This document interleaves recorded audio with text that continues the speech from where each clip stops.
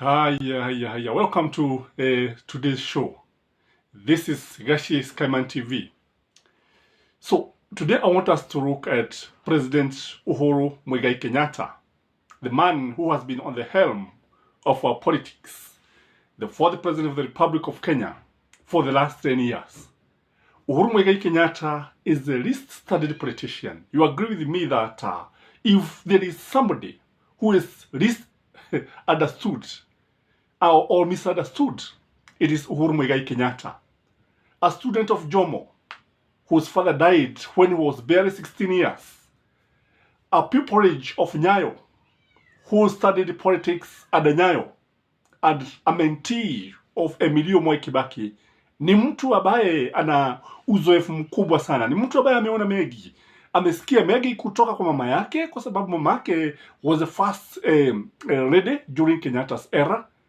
Aliona mengi kwa Moi, na akafunzwa mengi na kina Mishuki, and this man rarely goes wrong on many issues. Is one person who shoots without missing. Be very much afraid when you hear Uhuru Kenyatta talking or saying something, because he usually means what he says. And it is very, very important to listen to every word that he's saying. If you want to understand Uhuru Kenyatta, look at the way, sorry for that, look at the way he's throwing his hands in the air like this when he's talking. When you see him throwing the hands in the air, know that this is one person who means business. When you hear him saying something like, know that he means business. And you should shut up forever or say whatever you are saying. That the Uhuru Kenyatta. Jambo lingine ambalo tunajua ya kwamba tunaona ya kwamba Uhuru Kenyatta is one person who is very patient. Very, very patient. Na hakuna jambo ambalo linadhihirisha hili than the way he has been patient with his deputy. Na tunaona kwamba igawa kisheria hakuwa na uwezo wa kumng'oa mamlakani. He could have used other means like impeachment. And angetumia njia zingine like insubordination na maybe with Jubilee numbers, because sababu hapo beleni alikuwa na wafuasi wengi. He could have this motion could have gone through and Ruto could have been impeached. The other thing that shows that this man is very patient. Look at the way he has been able to start with his cabinet. Very few cabinet ministers have been sacked. Amekuwa amesimama na wao, na huyu si mwingine yule mtu ambaye tuliona akienda ni Mwangi Kijori baada ya yale ambayo walifanya kutokana na ufisadi wa mahidi na mambo mengi ambayo yalihusishwa na ukulima. So this person is very, very patient. Again, he look at his enemies, his challengers, straight in the eye, without blinking, and he tells you to say whatever you are saying, and then he listens. He's a very good listener, and after listening, that is when he acts. Because what I have observed is that this one person who does not work from gossips, who does not work from hearsay, he works with the facts, he works with the way things are. Kwa hivyo jambo lingine ni kwamba Uhuru is very charming, very, very charming, and easygoing. And you cannot ignore him. Wakati mnaongea na yeye, he hold your hands firmly, and you feel that he's a gentleman who is greeting you. And he look at you, and he chats with you with a lot of ease. And the one thing that people don't know about Uhuru Kenyatta is that this one person who can mingle with anybody. Anaweza kuongea na watu wa kiwango cha chini sana, na huwezi ukasema hata ni rais. Huwezi ukasema ni mtu ambaye amelelewa katika ikulu, ni mtu ambaye alizaliwa katika ikulu, akakulia katika ikulu, na akawa ndiye anaongoza Kenya. Those of you who have met this man, you agree with me that Uhuru does not show his authority even when you're talking. It doesn't make you feel inferior. Ni mtu ambaye, and I think this is what Ruto misconstrued the man to be a weakness. So by looking at this person, you might think that the man is very weak, or only to realize that it is not the case. It's only that he's self-assured, he's confident, he knows what he's doing, he knows what he's saying. again when you look at the outgoing president, utaona kwamba people did not understand why he fronted Raila Amolo Odinga. And you see, it is not kawaida kwa Mkikuyu kumwedea Mluo. Igawa watu wengi hawakuelewa ya kwamba hawa ni watu ambao walielewa pamoja. Uhuru and Ruto were brought up together like young brothers. And so when you hear them talking about brothers, I understand that when Uhuru was born, the person who took Gena to hospital, the labor ward, it is none other than Jaramogi Odinga and Jomo Kenyatta. And the boy was born. Let me call him the boy for now. The current president. So these people are brought up together. And if you ask Ruth Odinga, she'll tell you this. Kuna wakati ambapo alikuwa hata anambeba Uhuru Kenyatta. Why did he front Raila Amolo Odinga? The first reason why he fronted Raila Amolo Odinga is that Uhuru Kenyatta wanted to destroy Ruto swiftly and effectively, as he said. And he's going to do this. He is going to ensure that Raila Amolo Odinga becomes the 5th president of the Republic of Kenya. Hili ni jambo ambalo atahakikisha kwamba limefaulu, na kusema kweli litafaulu. Jambo lingine ambalo limfanya kumchagua Raila Amolo Odinga is that Raila is a magnet, and by the virtue of being a magnet, he wanted to unite the country behind Raila Amolo Odinga. Raila Amolo Odinga ana sifa fulani za Julius Nyerere, Kabarega Nyerere, the first president of Tanzania, kwa sababu yeye ndiye ambaye aliweza kuwaleta wa Tanzania wakawa pamoja. So he looked at everybody and realized that the only person who could unite this country, na ndio unaona Raila akija na mlego wa azimio la umoja. That is the brain behind this. That is the chemistry behind this. Kwamba aliona kwamba huyu ni mtu ambaye anaweza kuleta umoja. And ndio wakati ambapo kulikuwa na salamu za heri, the handshake, it was all about uniting the country. Jambo lingine ni kile ambacho tunaweza kusema kurudisha mkono in quotes. Uhuru's father could not have been the president. Why it's not for Raila's father?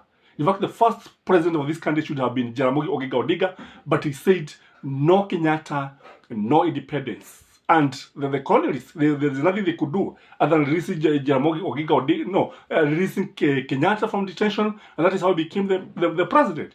Again, it is Jaramogi's son, that is Raila, who fronted who fronted Mwai Kibaki with his clarion call, the famous Kibaki Tosha.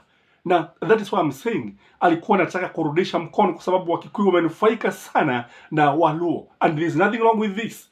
Because afraid is always afraid. Jambo lingine ambalo limfanya kumchagua ni kwamba he wanted to destroy tribalism and his ugly face. Unajua, he looked at the people around him. Akaona kwamba mtu kama Ruto is a tribal bigot, is a tribalist. Mtu ambaye ukiangalia kwa mfano wakati ambapo alipewa nafasi ya kuchagua half of the cabinet, he only brought the Kalenjin community into the cabinet. But when you look at Uhuru Kenyatta, utaona kwamba alileta the face of Kenya. Again, when you look at Amolo Odinga, when they had what we call Nusumkate government with Kibaki, utaona kwamba baba aliweza kuchagua mawaziri kutoka sehemu zote za Kenya, si wa Masai, si wa Pokot, si nini. Kwa hivyo akaona kwamba this is the only person who can destroy tribalism in Kenya. Again, he wanted to reward the liberation fighters, the liberation heroes. In this country, as Mother Karua has always been saying, wale watu ambao wanapigania uhuru, wale watu ambao wamekuwa wakipigania, they are not the one who have benefited. The people who have benefited are the guards, the traitors. Those people who went to the forest, they never benefited with anything. Those people who fought for the second liberation, akina Uhuru, ndio ambao walirithi, but tukiangalia tunaona kwamba Uhuru na Ruto hakupigania the second liberation.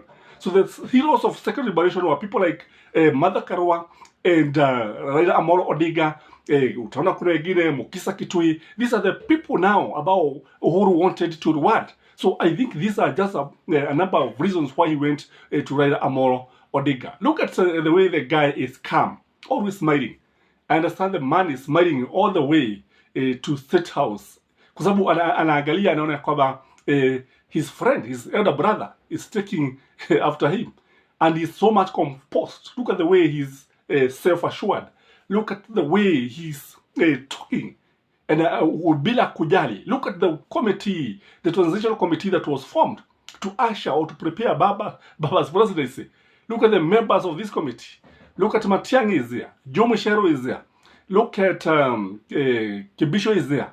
And you look at Mutiabai is there. All these guys, when you look at them, they are his friends. They are the people who will ensure that Baba is sworn in as the 5th president of the Republic of Kenya. And I'm telling you, Raila will be declared the 5th president of the Republic of Kenya. Baba is winning. And it is good for people now to prepare for Raila's presidency. The other thing that people need to know that Uhuru is one person with the largest network in this country. Sidhani kama kuna mtu anamkaribia ni Raila Amolo Odinga.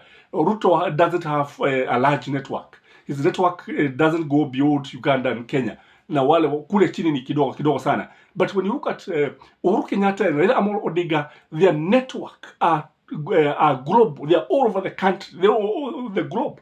Na hivyo ndivyo akiangalia akaona kwamba maybe this is what Kenya needs, somebody with an international image, somebody who is respected by the international community. Again, Uhuru is the richest president, I think, in Africa south of Sahara. If not Africa south of Sahara, East and Central Africa, he could be the richest person.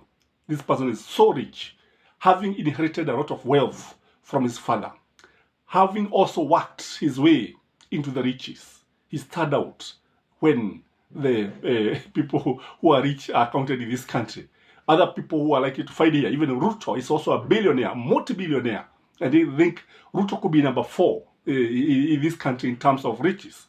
Kwa sababu ukiangalia utapata kwamba Vimasha is also a very rich person. And I think he comes number 2. Kuna wengine ambao wako pale akina Chris Kirubi, the late Chris Kirubi, were also multi-billionaires. And these are the people who owns Kenya. So when you look at Ruto telling you that he's a hustler, it's a big lie. It is the lie of the century. And I don't think you should trust this person, because we know that Ruto has not worked for his wealth. Ruto has actually grabbed most of the things that he has since the time he was the secretary of the treasury, I'm not sure, for youth for Kano 92, all the way to a Dollar North MP, all the way to the minister, all the way to now the deputy president, when he amassed a lot of wealth with more than 5 helicopters. So a lot of wealth. So that is my take. Gashi Skyman, the tallest man in Black Africa. Remember to keep your ID in a safe place, because without your ID, you'll not be able to vote. May the best candidate win. Bye-bye.